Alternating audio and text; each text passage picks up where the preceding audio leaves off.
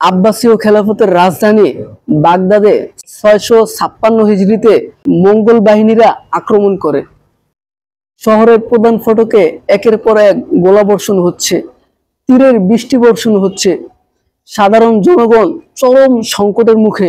মুসলিমদের 37তম আব্বাসীয় খলিফা ঠিক এমন এক নাজুক মুহূর্তে মুসলিমদের খলিফা মুস্তাসিম বিল্লাহ তার রাজপ্রাসাদের মধ্যে নগ্ন গায়ে এক বাদীর নাচ উপভোগ করছে। এমন সময় তাতার বাহিনীরা একটি তীর নিক্ষেপ করে, যে তীরটি জানালার ফাঁক দিয়ে এসে বাদীর পিঠে ঢুকে সাথে সাথে বাদী ইন্তেকাল করে। হ্যাঁ, বাদীটি খলিফার মালিকানা দিয়েছিল, এটি তার জন্য বৈধ। কিন্তু এমন এক নাজুক মুহূর্তে খলিফা মুস্তাসিম বিল্লাহর বিবেক বুদ্ধি কোথায় হারিয়ে গিয়েছিল। ইসলামী খেলাফতের রাজধানী অবরুদ্ধ, আর মাত্র কয়েক হাত দূরে মৃত্যুর হাতছানি।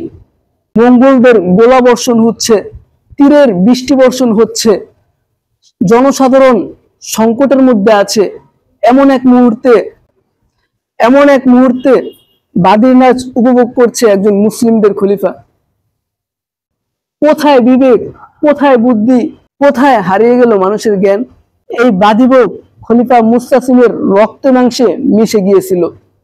আহার পানীয়র মতো এই বাদীভোগ খলিফা মুস্তাসিমের মৌলিক চাহিদায় পরিণত হয়েছিল।